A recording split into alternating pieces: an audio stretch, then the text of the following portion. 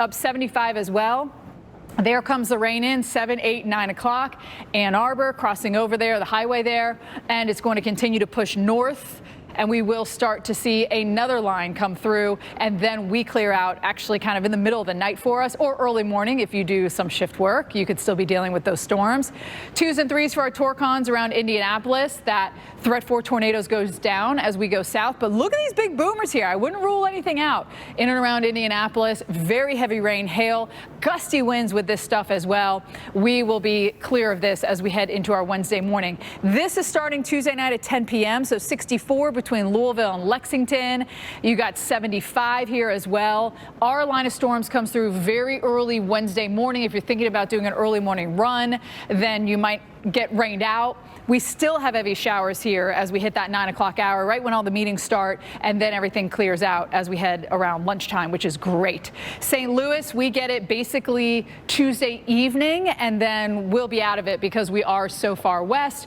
You'll still get a few clouds and showers, but I think it's a cool air, Jordan, that's really going to hit everyone hard here with this system. Yeah, I mean, look at the way the temperatures tumble. Maybe things that aren't stories now could become stories in the next couple days. One of those being, wow, are we done with winter? Look how cold it is. That's the big question. Right? We have a blast coming in this week, but are there more coming in March? Maybe late March? Don't like close off winter right now, right? Jim's been saying he's done. He's like, I'm done. I'm like, no. So these are going to be more like...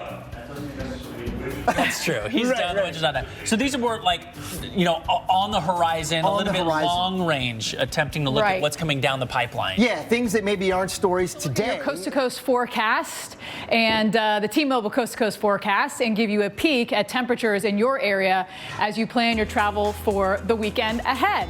So here it is. We do have a system coming in the northwest today. There's also a low here that's helping to throw some moisture into California.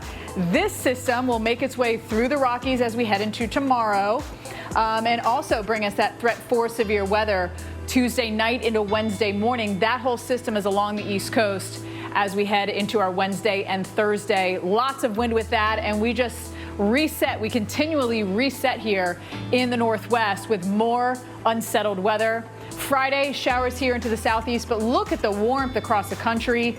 And then more of the same as we head into our weekend on both coasts. We can't really catch a break.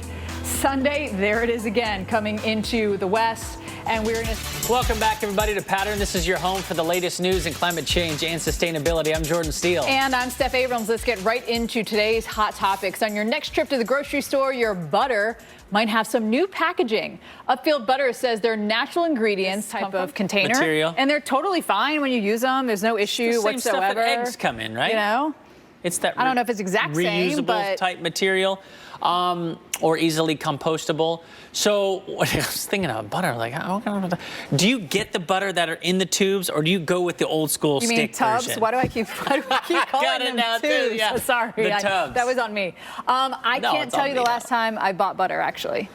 What? You don't use butter when you cook, or when you spread it on toast, or you're not using butter? I can't tell you the last time I actually bought butter. Is your husband? No, we don't have. I don't know why we don't use butter. I don't know why we don't use butter. Oh my goodness! So like, if you are cooking home, I'm assuming you would use maybe like olive oil. Well, I think when you're cooking, you like the stick because you can chop it to the amount. But otherwise, if you just have what if you have popcorn? Butter. No butter popcorn. I don't know the last time I made popcorn either in the house. So funny.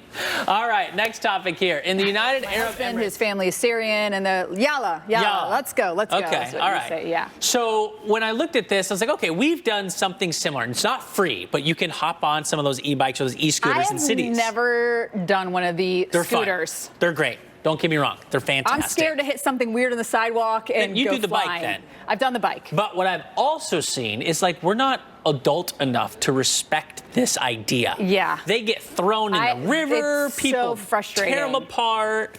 You see them everywhere, and that was also part of the controversy when they first came out. Correct. Is people were just leaving them wherever they wanted. So I hope that doesn't happen here. I wouldn't think it's going to happen here, but we'll see. Yeah. But I think this is a cool idea. If we can just respect things, maybe we can do that here too. All right, let's move on to the next story. And this one should get your spidey senses tingling. Scientists have developed a bacteria that can turn plastic waste into spider silk. And if you're in empires, I think my dad had taught me this about how spider silk is stronger than Kevlar. And I found an article from a major news outlet talking about bark spider is apparently 10 times stronger than Kevlar. 10 times stronger, and it says the elasticity to absorb 3 times more energy than Kevlar before breaking. But it's a matter of they can't just take the spider silk and make it into Kevlar vest because there's production and the whole thing. Harm animals, right? Or bugs. Right, exactly. But there's also silk from some silkworms that are pretty strong and everything. Right. So it's always interesting to me how we mimic nature, but nature always does it so much better than we do. But I love that they're doing this with plastic. If we could find a way, though, it's like, if this is stronger than steel, I mean, could we make homes with it? Obviously, clothing, vehicles. I mean, could we be using this on, an environmental scale that would be natural? Big scale. That'd be really cool. Let's hope so. It's crazy to think about how strong that stuff can be. It is. All right, well, we are getting into the nitty-gritty of illegal sand mining. Sand, really? Next on Pattern, how the growing demand. Welcome back, everybody, to Pattern. So we're talking about sand now, and it may seem like one of the world's most mundane natural resources. Yeah, now we have plenty of it, right?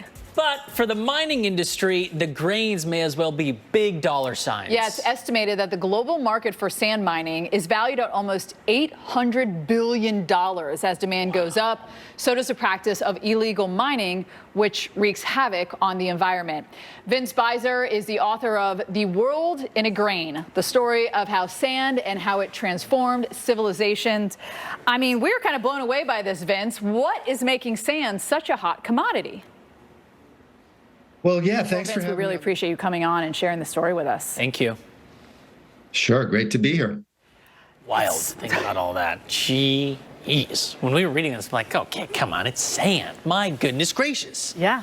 But there's limited much of sand out there. Let's have a look at the weather with Felicia across the country. And of course, this would just damage environments too. Think about erosion if there's no sand on the, Yeah, everything that is on the earth is there for a reason. Yeah. So when you're moving it around and using it all, that's a problem. Going to be some moving around of tree limbs. Have winds like this, guys, when it's as dry as it is. One little fire gets sparked and it becomes a huge problem really quickly. It does. Thanks, Felicia. Appreciate it. All right, Climate Conversations doesn't end here. Next on Pattern, a record for the annual Christmas. Gotta tune in for it.